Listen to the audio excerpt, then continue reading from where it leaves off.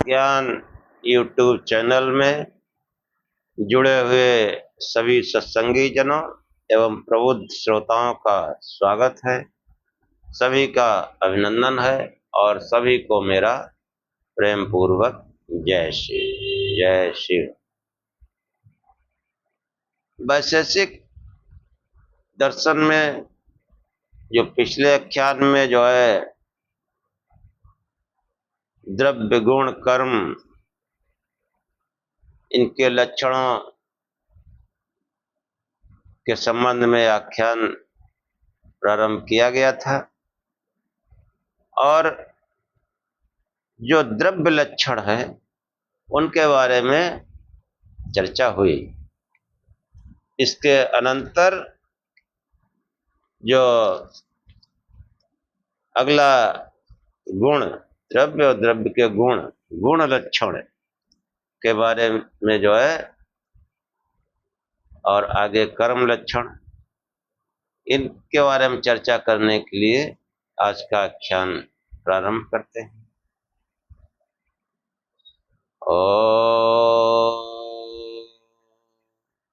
असतो मा सद्गमय तमसो मा ज्योतिर्गमय मृत्योर्मामृतं गमय। हे परम गुरु, हे परमात्मा, हमें असत्य से सत्य की ओर ले चलो, अंधकार से प्रकाश की ओर ले चलो तथा मृत्यु से अमरता की ओर ले चलो। तो वो जो है द्रव्य का जो लक्षण कहा गया, क्रियावत्तम, गुणवत्तम, समवाय कारणत्वम, ये सब द्रव्यों का साधर्म है और द्रव्यों से अतिरिक्त समस्त पदार्थ का वैधर्म है। तो क्रिया और गुण आधेय हैं, मतलब आधार। ये जो है आधेय मतलब ये इनको आश्रय चाहिए और द्रव्य इनका आधार है। द्रव्य से ही तो सब क्रिया और गुण होते हैं। इनके आधार आधेय भाव के संबंध समवाय है। क्रिया और गुण का समवाय संबंध से जो आश्रय हो तथा कार्य द्रव्य एवं गुण आदि का जो समवायीकरण हो वह द्रव्य है। यह फलितार्थ स्पष्ट होता है। द्रव्य लक्षण बताने के अनंतर सूत्रकार जो है अब गुण का लक्षण बताते हुए कहते हैं कि द्रव्याश्रय गुणवान संयोग विभागे स्वकारणम अनपेक्ष इति गुण लक्षणम। कि द्रव्याश्रय, द्रव्य में आश्रय लेने का जिनका स्वभाव हो, यानी जो है देखो ऐसे कि जो द्रव्य है नहीं पदार्थ है, तो पदार्थ होने पर ही तो वो गुण उसका होता है। हाँ, और पदार्थ है ना हो तो गुण क्या होगा?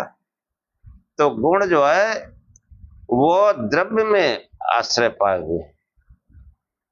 ये जो पहले जो है बताया गया कि जो है आधेय और आधार, तो गुण आधेय है और द्रव्य आधार है। तो ये द्रव्याश्रय कि द्रव्य में आश्रय लेने का जिनका स्वभाव हो, अगुणान जो स्वयं गुण का आश्रय न हो, हाँ, और संयोग विभागे कारणम कि संयोग और विभागों में, संयोग विभागेषु अकारणम, यानी संयोग और विभागों में कारण न हो। अनपेक्ष इति, अन्य किसी की अपेक्षा न रखता हुआ, ऐसा इतने ऐसा, अथवा वो यह गुण नामक पदार्थ का चिन्ह है कि गुण पदार्थ जो है उसका चिन्ह बताया गया कि जो पदार्थ स्वभावतः द्रव्य में आश्रय पाता हो गुण है। कि जैसे पृथ्वी का गुण गंध है, तो गंध कहाँ आश्रय पाए हुए? पृथ्वी में। इस तरीके से समझिए कि जो है जो शब्द का आश्रय है वो आकाश है। हाँ, आकाश न हो तो शब्द का कोई मतलब नहीं है। ऐसे जो है दृश्य का आधार अग्नि है। अग्नि द्रव्य जो है उसी से सब दृश्य पदार्थ बनते हैं और उसी से देखे जाते हैं। तो इस प्रकार जो है जो पदार्थ स्वभावतः द्रव्य में आश्रय पाता हो वह गुण है। गुण का है आश्रय समवाय संबंध से लिया गया। तात्पर्य हुआ कि जो पदार्थ समवाय संबंध से द्रव्याश्रित हो वह गुण है। समवाय मतलब समान रूप से सब जगह। परंतु इस लक्षण में कुछ न्यूनता रह गई, क्योंकि जितने कार्य द्रव्य हैं वे सब समवाय संबंध से अपने कारण द्रव्यों में आश्रित रहते हैं। तब द्रव्याश्रित गुणों में रहते हुए कार्य द्रव्यों में भी घटित होता है। इसलिए गुण का ये लक्षण अतिव्याप्त दोष से दूषित है। इस न्यूनता को दूर करने के लिए सूत्रकार ने अगला पद पढ़ा। अगला मतलब क्या है कि द्रव्याश्रयी अगुणवान। यहां जो है आश्रय अर्थ से है कि वह आश्रय समवाय संबंध से अपेक्षित है। तात्पर्य हुआ कि जिस पदार्थ में समवाय संबंध से गुण न रहते हों वह गुण है। समवाय मतलब सब जगह नहीं। पृथ्वी गुण है गंध, लेकिन वो सब जगह कहो अग्नि में भी गंध हो ऐसा नहीं। ये समझाने का प्रयत्न किया गया है। और इसलिए कार्य द्रव्य द्रव्याश्रय होता हुआ भी अगुणान अर्थात गुणों का अनाश्रय नहीं है, प्रस्तुत गुणों का आश्रय है। इसलिए वह गुण लक्षण के क्षेत्र में सीमा से बाहर रहेगा। एक जो है कहावत है कि भक्षिते लसुने न शांतो व्याधि। लहसुन भी खाया पर बीमारी न गई। कि लहसुन जो है वो बदबूदार होता है, उसको लोग खाना पसंद नहीं करते, लेकिन कोई बीमारी में बताया जाता है लहसुन खाओ, और खाया भी बीमारी भी नहीं, मतलब बदबू भी पैदा की और बीमारी भी नहीं गई। ये यहाँ बताने का प्रयत्न किया गया कि अगुणान कहने पर यद्यप द्रव्य में अव्याप्ति न हुई पर कर्म में अव्याप्त बनी रही। कर्म द्रव्याश्रित है और अगुणवान है। कर्म जो है कर्म में गुण नहीं होता, गुण जो है द्रव्य में होता है, द्रव्याश्रित। ये बताने का है प्रयत्न कि जो है लक्षण गुण का किया पर कर्म में भी घटित हो गया। इस दोष को दूर करने के लिए सूत्रकार ने अगला पद पढ़ा कि संयोग विभागेश अकारणम। जो सूत्र है वो क्या है कि द्रव्याश्रयी अगुणवान संयोग विभागेश अकारणम। कि जो द्रव्य आश्रित और अगुणवान होता हुआ संयोग और विभाग की उत्पत्ति में कारण न हो वह गुण है। संयोग और विभाग में जो कारण न हो उसका कोई संयोग या कोई अलग विभाग नहीं है। द्रव्याश्रित और अगुणवान होता हुआ भी कर्म संयोग और विभाग का कारण होता है, अकारण नहीं। अतः कर्म में अति व्याप्ति न होगी। फिर भी संयोग और विभाग में संयोग और संयोगज संयोग का कारण होता है, विभाग और विभागज विभाग का। जो संयोग विभाग की उत्पत्ति में कारण न हो वह गुण है, पर संयोग विभाग इनकी जो है उत्पत्ति में कारण है। इसलिए संयोग और विभाग गुण की सीमा में नहीं आएंगे जो आने चाहिए। हाँ ये जो है, हाँ जो है उदयवीर शास्त्री ने बहुत सूक्ष्म रूप से, बहुत शास्त्रीय विवेचन किया है। हमको सत्संग के हिसाब से इसको जो है लेना चाहिए। द्रव्याश्रय गुणवान, ये चेतन तत्व है, वो जो है, और जो द्रव्य है सांसारिक पदार्थ, उनमें हमको उनके स्वरूप को जानना है।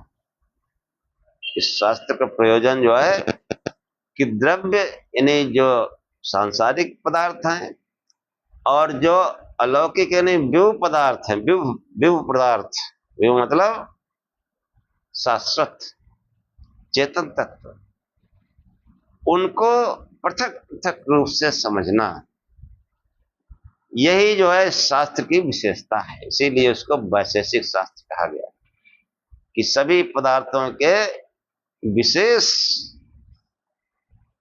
गुणों को समझते हुए हम अचेतन को अचेतन समझें और चेतन को चेतन समझें। इसलिए इन सब चीजों का जो है वर्णन किया गया कि सूत्र के अनुसार जो है द्रव्याश्रित अगुणवान होते हुए जो संयोग विभागों की उत्पत्ति में अनपेक्ष का अकारण हो, वह गुण है। हाँ, कि जो सूत्र है कि द्रव्याश्रय गुणवान संयोग विभागे अकारणम अनपेक्ष इति गुण लक्षणम, ये जो है गुण का लक्षण है। इसका निष्कर्ष निकालकर व्याख्याकारों ने गुण का लक्षण इस रूप में भी किया। द्रव्य और कर्म के अतिरिक्त जो पदार्थ सत्ता सामान्य का आश्रय है, वह गुण है। द्रव्य गुण का लक्षण बताने के अनंतर सूत्रकार ने कर्म का लक्षण बताया। द्रव्य लक्षण, गुण लक्षण, अब है कर्म लक्षण। कर्म लक्षण को बताते हुए मार्क्सवादी कहते हैं कि एक द्रव्य गुणम संयोग विभागेषु अनपेक्ष कारणम इति कर्म लक्षणम। एक द्रव्य में आश्रय रहना, एक द्रव्यम गुणम, एक द्रव्यम अगुणम, एक द्रव्य में आश्रित रहना गुण रहित, गुण का अनाश्रय संयोग और विभागों की उत्पत्ति में अन्य की अपेक्षा न रखते हुए कारण होगा, कर्म का लक्षण चिन्ह है। कि जो है एक द्रव्य में आश्रित रहना, गुण रहित, गुण का अनाश्रय, संयोग और विभागों की उत्पत्ति में अन्य की अपेक्षा न रखते हुए कारण होना, यह कर्म का लक्षण चिन्ह। कि जो है एक द्रव्य में आश्रित रहना, जैसे गंध का जो लक्षण है वो एक द्रव्य नहीं पृथ्वी तत्व में रहता है, अन्य में नहीं। हाँ, कहो कि आकाश में हो, नहीं, आकाश में नहीं होता। और जो कहो कि जो है अग्नि में हो, नहीं रहता है। तो ये जो है संयोग और विभाग की उत्पत्ति में अन्य की अपेक्षा न रखते हुए कारण होना, यह जो है कर्म का लक्षण। जब कोई क्रिया होती है तो उसका आश्रय द्रव्य केवल एक रहता है, एक, या क्रिया उसी काल अनेक द्रव्यों में नहीं हो सकती। जैसे संयोग विभाग द्वित्व आदि संख्या, द्विपृथकत्व आदि अनेक गुण अनेक द्रव्याश्रित रहते हैं, इस प्रकार कर्म यानी क्रिया गति आदि कभी अनेक आश्रित नहीं रहता। क्रिया जो होगी वो एक ही में होगी, एक ही के आश्रय से होगी। कि जैसे कोई काम है, अब सब कई लोग करने लगे। हाँ, अध्यात्म में ऐसे समझो कि जैसे कोई चीज देखी जा रही तो उसके लिए आंख है, हाँ, बाकी नहीं। गंध ले रहे हैं तो उसके लिए नासिका है, आंख नहीं गंध लेगी। हम्म। तो ये जो है जो कार्य है ये कर्म का लक्षण चिन्ह बताया गया कि गुण भी गुण का आश्रय नहीं होता। यह गत सूत्र में बताया गया। संयोग और विभाग की उत्पत्ति में कर्म अनपेक्ष कारण होता है। किसी भी द्रव्य में उत्पन्न गति आदि क्रिया उस द्रव्य में विभाग उत्पन्न कर देती है। विभाग होते ही उस द्रव्य का पूर्व देश से संयोग का नाश होकर उत्तर देश के साथ संयोग उत्पन्न हो जाता है। संयोग विभाग की उत्पत्ति में क्रिया किसी अन्य निमित्त की अपेक्षा नहीं रखती। हाँ, अन्य निमित्त नहीं। जैसे जल है, अब जल में क्रिया हुई, उड़ गया, वाष्प बन गया, तो जो पूर्व रूप था वो समाप्त हो गया क्रिया होने से। बाष्पीकरण जो क्रिया हुई उसको गर्म किया गया या गर्मी पाकर के वो वाष्प में बदल गया। तो अब जो है पूर्व रूप जो है जिसका जल था वो पूर्व देश से संयोग का नाश हो गया। और उत्तर देश के साथ संयोग उत्पन्न होता है, यानी वो वाष्प बन गया। और जो है जिसको ठंडा कर दिया जाए तो बर्फ बन जाएगा, फिर जल नहीं रहेगा न वाष्प रहेगा। तो ये जो है संयोग विभाग की उत्पत्ति में क्रिया किसी अन्य निमित्त की अपेक्षा नहीं रखती। कर्म के लक्षण कर्मों के साधर्म तथा कर्मातिरिक्त अन्य सब पदार्थों के वैधर्म है। गुणों का आश्रय न होना गुण कर्म दोनों का साधर्म है। गुण जो है वो भी दोनों का जो है साधर्म किस लिए है कि गुणों का आश्रय नहीं होना है और ऐसे क्रिया का भी आश्रय नहीं होना। तो इस मामले में दोनों में साधर्म है। द्रव्य कुछ नित्य है कुछ अनित्य है। गुण भी नित्य अनित्य दोनों हैं, परंतु कर्म कभी नित्य नहीं होता। कर्म कभी नित्य नहीं होता। प्रत्येक क्रिया उत्पन्न होती है और अपना कार्य संपन्न कर नष्ट होती रहती है। द्रव्य गुण कर्म तीनों में सत्ता सामान्य संवेद रहता है। सत्ता की साक्षात व्याप्य जात द्रवत्व गुणत्व कर्मत्व तीनों हैं। इसके अनुसार कर्म का लक्षण इस प्रकार भी किया जा सकता है कि नित्य पदार्थ में न रहने वाली सत्ता सामान्य की साक्षात व्याप्त जाति का जो आश्रय है वह कर्म है। द्रव्यत्व गुणत्व दोनों नित्य पदार्थ में रहने वाली व्याप्त जाति है, इसलिए उनका ग्रहण न होकर उक्त प्रकार की व्याप्त जाति केवल कर्मत्व होगी। उसका आश्रय पदार्थ कर्म है। यह कर्म का निकृष्ट लक्षण हुआ। सूत्र में हाँ निकृष्ट लक्षण है। सूत्र में अगुण पद का तात्पर्य जो है अगुणवत, यानी जो गुणों का आश्रय न हो, इस पद का जो है समास करने पर अर्थ होगा कि जो गुण नहीं है, अर्थात गुण को छोड़कर। प्रथम में सूत्र के प्रथम में पदों को लेकर सूत्रार्थ होगा जो केवल एक द्रव्य में आश्रित रहता है, उस पर गुण नहीं है, वह कर्म है। तात्पर्य हुआ कि एक द्रव्यावृत्ति गुण को छोड़कर जो पदार्थ केवल एक द्रव्याश्रित रहता है वह कर्म है। ऐसी व्याख्या करने से एक द्रव्यवृत्ति शब्द आदि गुण में अति व्याप्त का परिहार हो जाता है। अति व्याप्त अभी ये बताया जल का उदाहरण कि जल जो है वाष्प बन गया या बर्फ बन गया, तो इसमें अन्य किसी पदार्थ की आवश्यकता नहीं है। कि जो है ये जो है कर्म का लक्षण है कि जो है एक द्रव्यम अगुणम संयोग विभागेषु अनपेक्ष कारणम इति कर्म लक्षणम।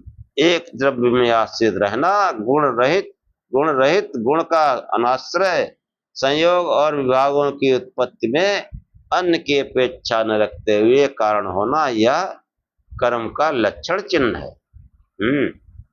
जो है ये ऐसी व्याख्या करने से एक द्रव्यवृत्ति शब्द आदि गुण में अति व्याप्त का परिहार हो जाता है। इस शब्द आदि जो है उसमें जो है अति व्याप्त नहीं हो सकती, परंतु सूत्र पठित लक्षण में पूरे अंगों का समन्वय करने पर ऐसी अतिव्याप्ति का कोई अवकाश नहीं रहता। द्रव्य गुण कर्म तीनों के लक्षण बताकर सूत्रकार जो है इन तीनों के साधर्म का निरूपण करता है कि साधर्म और वैधर्म। जो पहले सूत्र आया था कि वो जो है कर्म लक्षण गुण, हाँ, वहीं से सब व्याख्यान चल रहा है कि जो है कि धर्म विशेष संप्रसूता, जो चौथा मतलब जो है लक्षण है कि शास्त्र का जो आरंभ हुआ तो आरंभ में तो महर्षि कणाद ने कहा कि अथा तो धर्म व्याख्या श्याम, कि अब मैं मंगल कामना से धर्म की व्याख्या करूंगा। और धर्म क्या है? ये तो अभ्युदय निःश्रेयस सिद्धि सधर्म, जिससे मनुष्य जो है उसका संसार में अभ्युदय हो और निःश्रेयस की प्राप्ति हो, वह धर्म है। और उस धर्म को जो है तद वचनात् आमनायस्य प्रमाण्यम,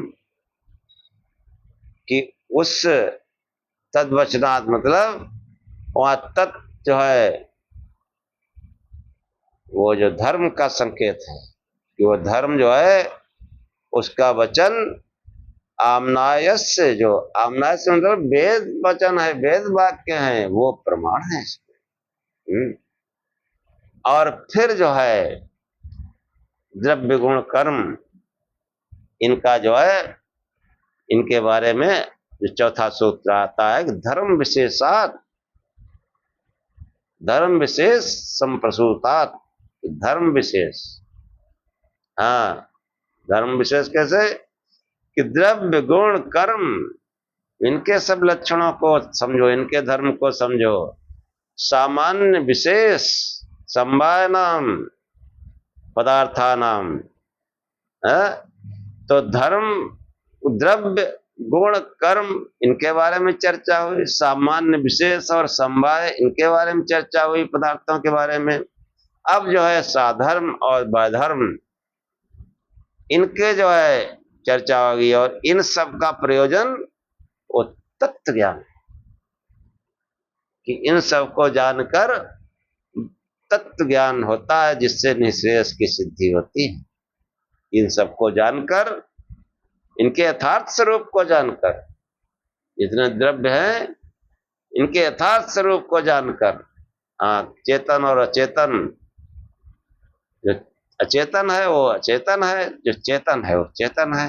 हाँ, बार बार यही तो खास चीज है, यही सत्संग है कि जो सांसारिक पदार्थ हैं, जड़ पदार्थ हैं, भौतिक पदार्थ हैं, उन भौतिक पदार्थों से बने हुए जितने भी वस्तुएं हैं, जितने भी प्राणी हैं, जीवधारी हैं, मनुष्य हैं, उनकी उपासना जो है वो ईश्वर की उपासना नहीं, जन्म मृत्यु वाला जो है वो ईश्वर नहीं हो सकता है।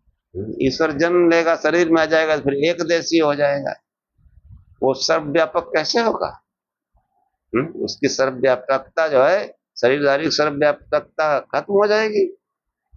उसकी बुद्धि भी एक सीमा तक ही सोच सकती है, सर्वज्ञ भी नहीं होगा, सर्वशक्तिमान भी नहीं होगा। शरीर की एक क्षमता है, और परमात्मा के सब गुण है, जो सर्वव्यापी है, सर्वज्ञ है, सर्वशक्तिमान है, नित्य है, मतलब बनता बिगड़ता नहीं। और जितने शरीरधारी हैं वो तो पैदा होंगे, मर जाएंगे, और मर गए, चाहे वो 100 साल जिया हो, चाहे 400 साल जिया हो, चाहे 500 साल जिया हो। हाँ, ऐसे भी उदाहरण है जो 400 साल जिए, तैलंग स्वामी वगैरह। लेकिन मृत्यु तो आई ही, 400 साल बाद आई, तो क्या हुआ? हाँ,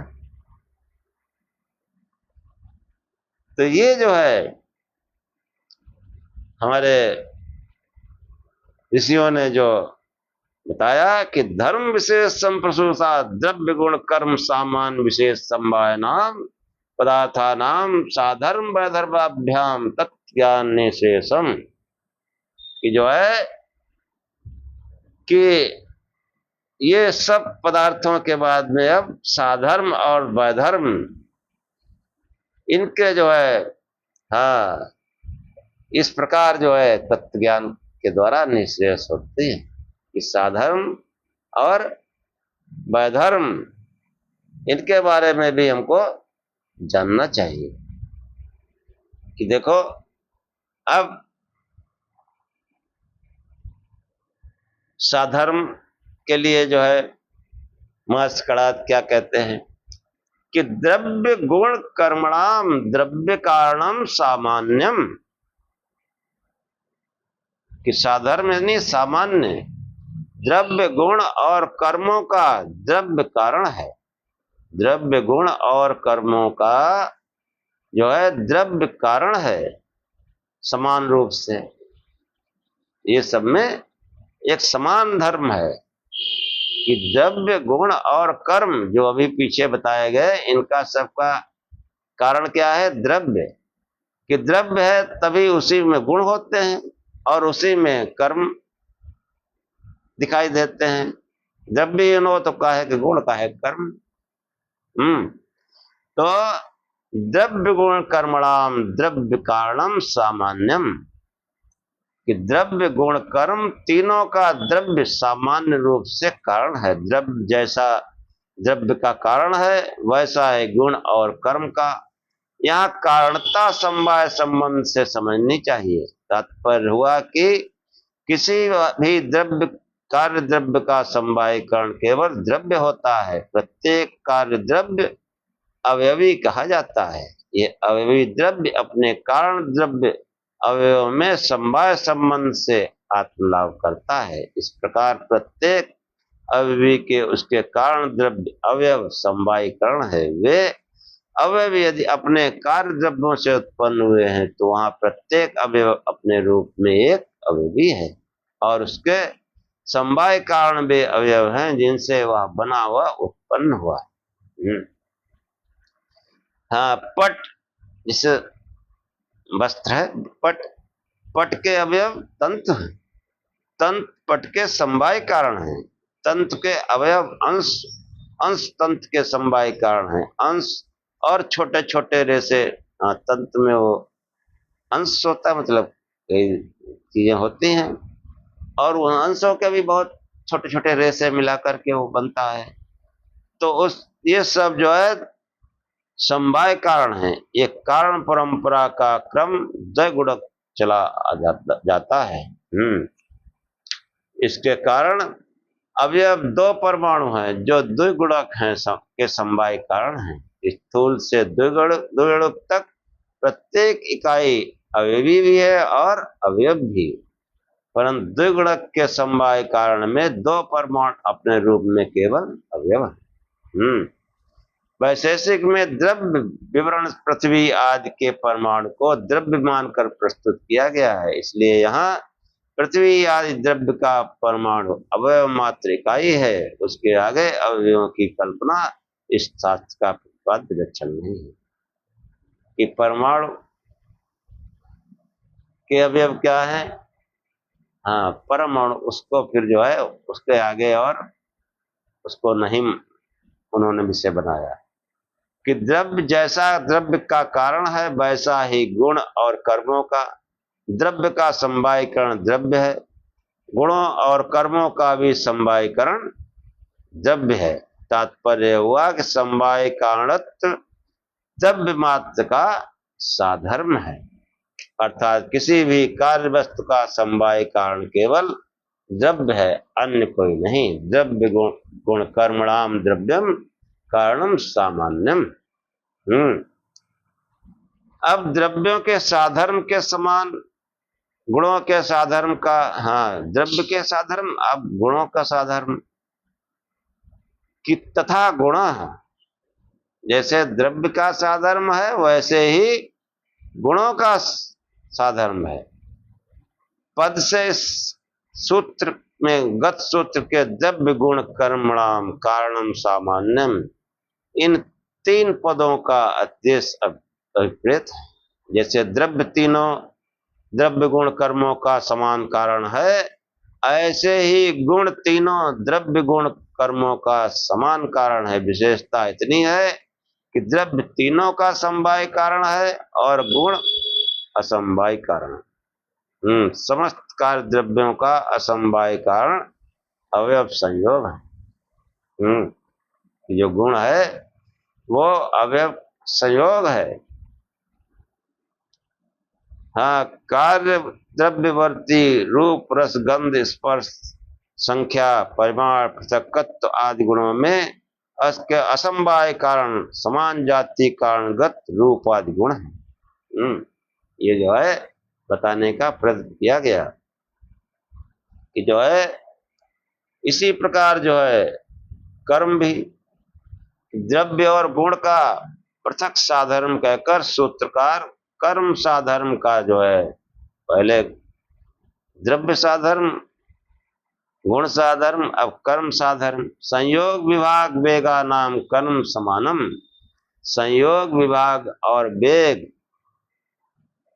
इन तीनों का कर्म समान कारण है। संयोग विभाग और वेग इन सब का जो है कारण क्या है? कर्म। कर्म के बिना न संयोग होगा और न उसके विभाग होंगे और न कोई वेग आएगा। कोई वेग देने के लिए कुछ करना पड़ता है तभी तो वेग होता है। कोई वस्तु को धक्का दिया जाएगा तभी तो कार्य होगा। और विभाग अलग अलग करने में भी वो कर्म जरूरी है और संयोग भी वो कर्म ही है। इन तीनों में कर्म ही समान कारण है।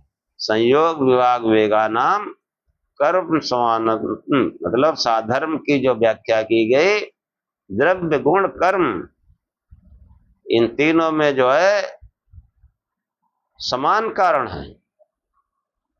इससे जो है इनकी साधर्मता जो है स्पष्ट होती है।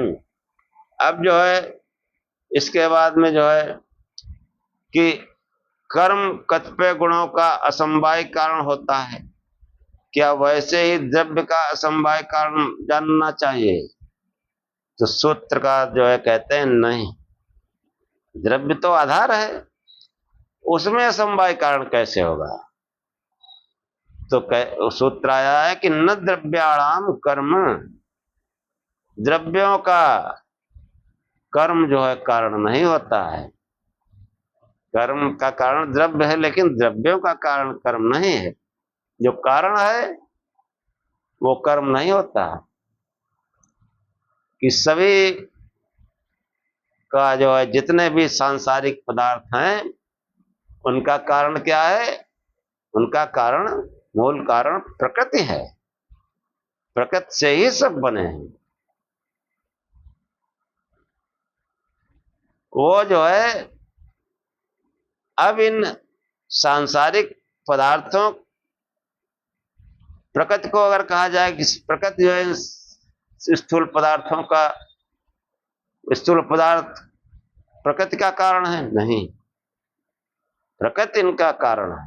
प्रकृति से उत्पन्न हुए ये कारण जो है ये प्रकृति को उत्पन्न नहीं कर सकते। प्रकृति मतलब मूल प्रकृति, अव्यक्त प्रकृति। इस ब्रह्मांड की और पिंड की सुसुप्ति अवस्था कि न द्रव्याणाम कर्म, जो है द्रव्यों का कारण कर्म नहीं होता, कर्म द्रव्यों का कारण नहीं होता। कारण पद की यहाँ पूर्व सूत्र से अनुबद्ध समझनी चाहिए। द्रव्य के प्रति कर्म के असमवाय कारण होने से यहाँ प्रच्छेद किया गया है। संयोगोत्पत्ति द्वारा यथा कंचित यदि कर्म को द्रव्य के प्रति कारण माना जाए तो निमित्त कारण की श्रेणी में उसे रखा जा सकता है, पर इसकी पूर्ण वास्तविकता में संदेह है। निमित्त कारण से, हाँ, कि जैसे सृष्टि है तो निमित्त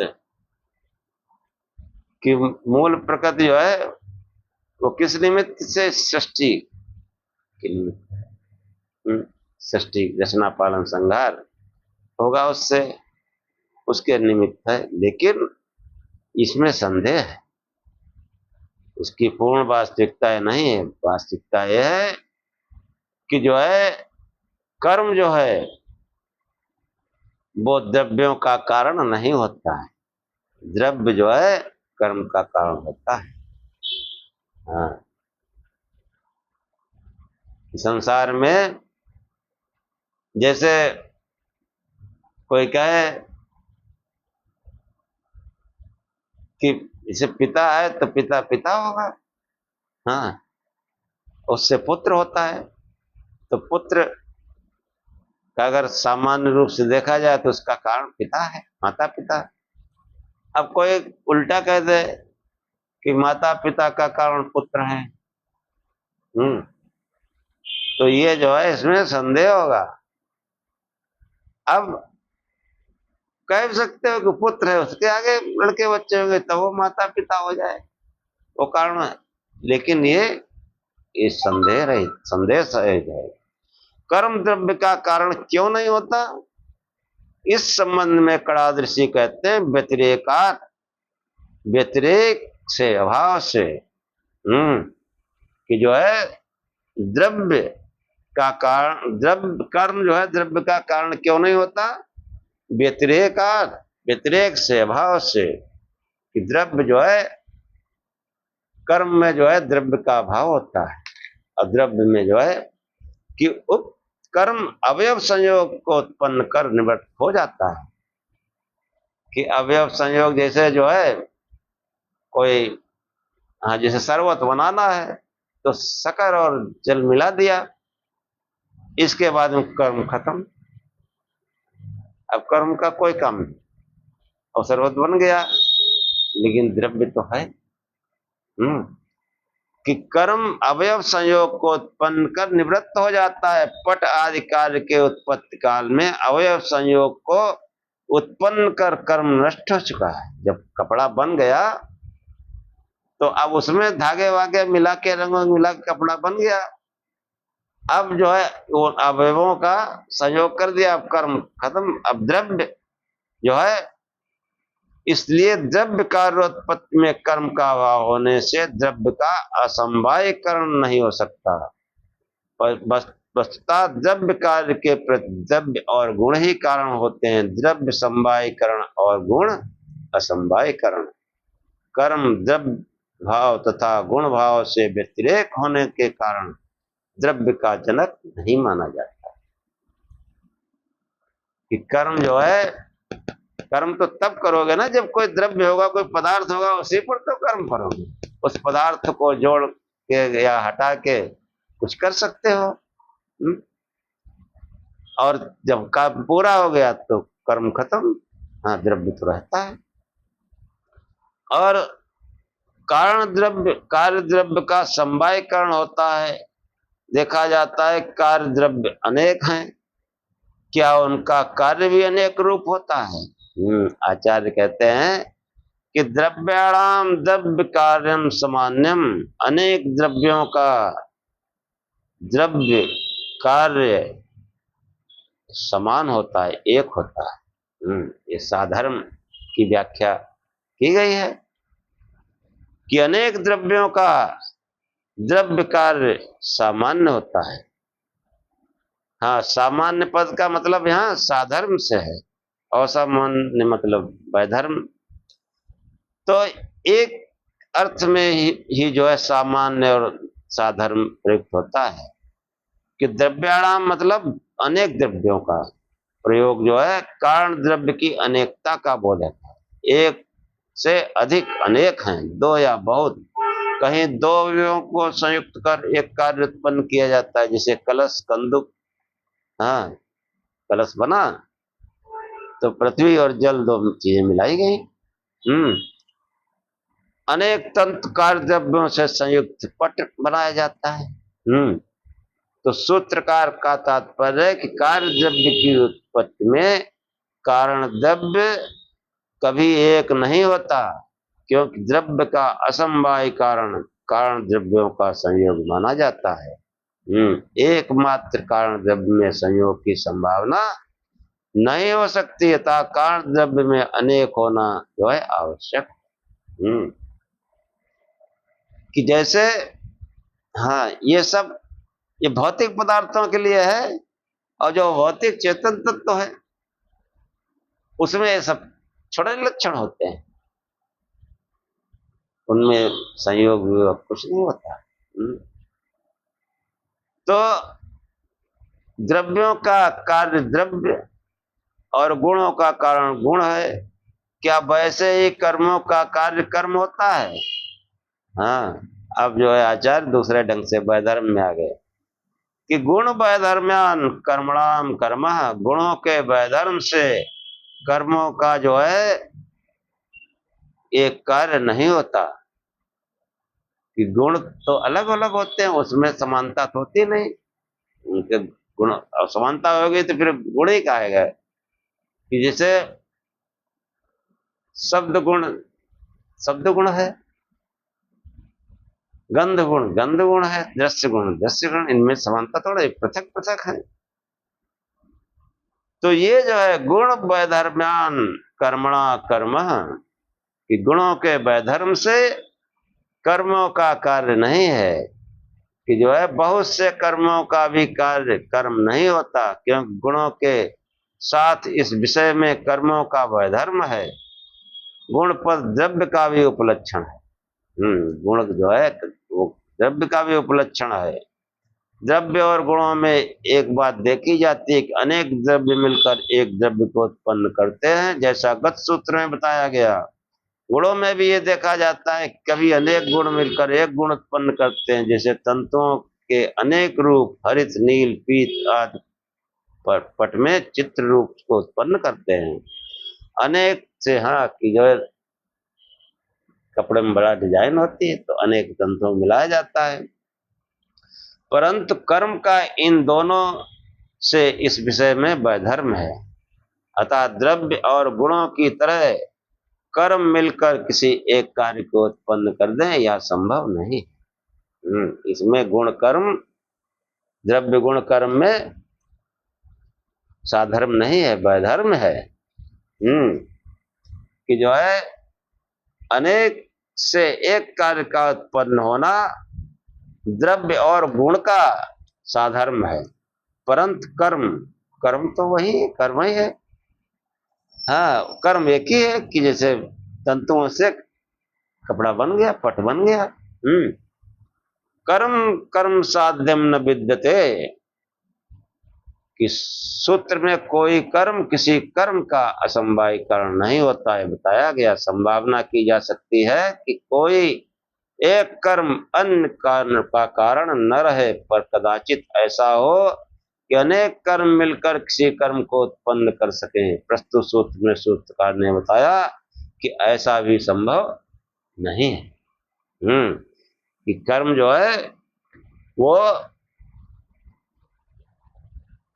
कर्म जो है गुणों के वैधर्म से कर्मों का कारण नहीं होता। ये जो द्रव्यों के गुण बताए गए हैं, ये मतलब क्या बताया गया कि कर्म जो है वो उसमें वैधर्म है, कि गुण के वैधर्म से कर्म का कारण नहीं होता। ऐसे ही जितने भी पदार्थ हैं इन सब का कारण वो मूल प्रकृति है। मूल प्रकृति में जब कर्म होता है तो अनेक तत्व बनते हैं।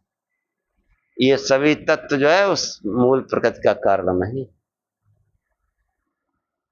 और इसलिए उस प्रकृति को जो है नित्य कहा गया। कि श्वेतास्त्र उपनिषद में और सांख्य दर्शन में त्रिविध ब्रह्म बताया गया। त्रिविध ब्रह्म की प्रकृति और ईश्वर तथा जीवात्मा है, तीनों नित्य माने गए। ये किसी का कारण नहीं होते, इनकी अपनी पृथक सत्ता है। पृथक सत्ता है। तो ये सब जो है सत्ता उस अव्यक्त प्रकृति इस सब का मूल कारण है। तो हम जो है जब योग करते हैं तो मूल प्रकृति में पहुंच जाते हैं, और मूल प्रकृति जो है वही सभी पदार्थों की का आश्रय स्थल है, सभी द्रव्यों का। तो जब कोई योग बल से वो जब समाधि लाभ करता है तो उस मूल प्रकृति में विद्यमान सभी पदार्थों को उसको समुचित ज्ञान हो जाता है। और उस पदार्थ उन द्रव्यों के ज्ञान से उसका संसार में अभ्युदय होता है। हाँ, अभ्युदय, ये तो अभ्युदय निःश्रेयस सिद्धि सधर्म। तो योग बल से जो है उन मानसिक शक्तियों की मन को साध लेने पर वो जो है मूल प्रकृति से जो है मनुष्य का संबंध हो जाता है सीधे। उस मूल प्रकृति में स्थित होने पर ये प्रकृति के जितने भी कार्य हैं, जो सृष्टि जो संसार हमको दिख रहा है, इन सब का उसको ज्ञान हो जाता है। और उस ज्ञान से वो अभ्युदय होता है संसार में, और उसी ज्ञान से वो जो है योग करते करते अतिशय योग बल से, यानी अतिशय योग बल से, यहां तक बल है योग का, और इससे भी अधिक अतिशय बल से जो है अतिशय योग बल से उस मूल प्रकृति में स्थित होकर उस चेतन तत्व से जुड़ जाता है। उस चेतन तत्व से जुड़ने पर समस्त दुखों का अंत हो जाता है, और उसी को जो है निःश्रेयस कहें कि चेतन तत्व ने वो आत्मा और परमात्मा, जीवात्मा और परमात्मा ऐसे को, जीवात्मा और ईश्वर को। तो ये सब जो है द्रव्यों के सही ज्ञान से क्या होता है कि संसार में अभ्युदय होता है, और अंततः योगाभ्यास करते करते जो है निःश्रेयस यानी मुक्ति मोक्ष भी प्राप्त होता है। इस धर्म का जो है महर्षि कणाद ने यहाँ पर विवेचन किया है। पदार्थ विज्ञान के द्वारा हम कैसे अभ्युदय करें और कैसे निःश्रेयस की प्राप्ति करें, ये इसका जो है प्रयोजन है। और इसका प्रयोजन हम बराबर योग करते रहें, ध्यान करते रहें प्रकाश स्वरूप से, शिव शिव जपते रहें, प्रकाश स्वरूप से ध्यान करते रहें, फिर अभ्युदय भी होगा और निःश्रेयस की भी प्राप्ति होगी, जो इस शास्त्र का प्रयोजन है।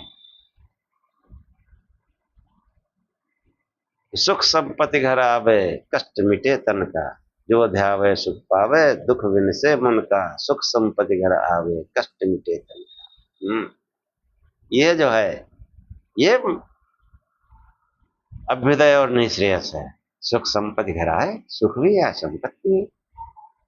हाँ, सुख पहले, हाँ, संपत्ति से सुख हो ये कोई आवश्यक नहीं है, लेकिन ध्यान करने वाले का संपत्ति भी आती है, सुख भी आता है, और अंततः निःश्रेयस की भी प्राप्ति होती है। इसी के साथ आज का आख्यान समाप्त करते हैं। ओम सहनाववतु सहनौ भुनक्तु सह वीर्यं करवावहै तेजस्विनावधीतमस्तु मा विद्विषावहै। ओम शांति शांति शांति। हे परमात्मा, हम दोनों श्रोता और वक्ता की साथ साथ रक्षा करें, साथ साथ पालना करें। हम दोनों साथ साथ मिलकर बल को बढ़ावें, पराक्रम करें। हमारा पढ़ा पढ़ाया एक साथ तेजस्ता को प्राप्त हो, संसार में फैले। हम आपस में द्वेष न करें। ये परमात्मा हम दोनों को त्रिविध शांति प्राप्त हो, दैहिक दैविक भौतिक किसी प्रकार का कष्ट हमारे जीवन में न आए। ओम शांति शांति शांति। जय शिव।